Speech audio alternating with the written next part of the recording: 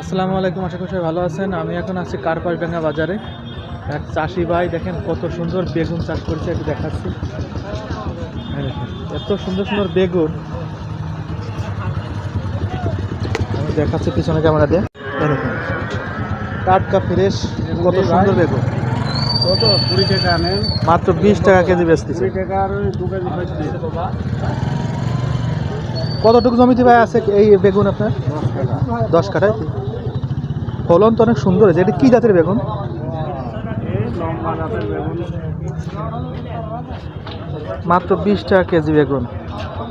সবজির দাম একেবারে কমে গেছে। এই বাজারটা এত পরিমাণ সবজি আসে ধারণার বাইরে। আমি একটু দেখাচ্ছি আপনাদেরকে। আর এখানে স্থানীয় চাষিরাই অধিকাংশ সময় এই বাজারে সবজি নিয়ে আসে। প্রচুর সবজি ওঠে, দামটাও একেবারে নাগালের মধ্যে।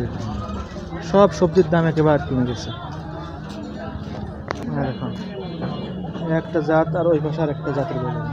এটা কাটা বেগুন। এটা কাটা বেগুন তাই না? খাতে স্বাদ কোনটায় ভালো?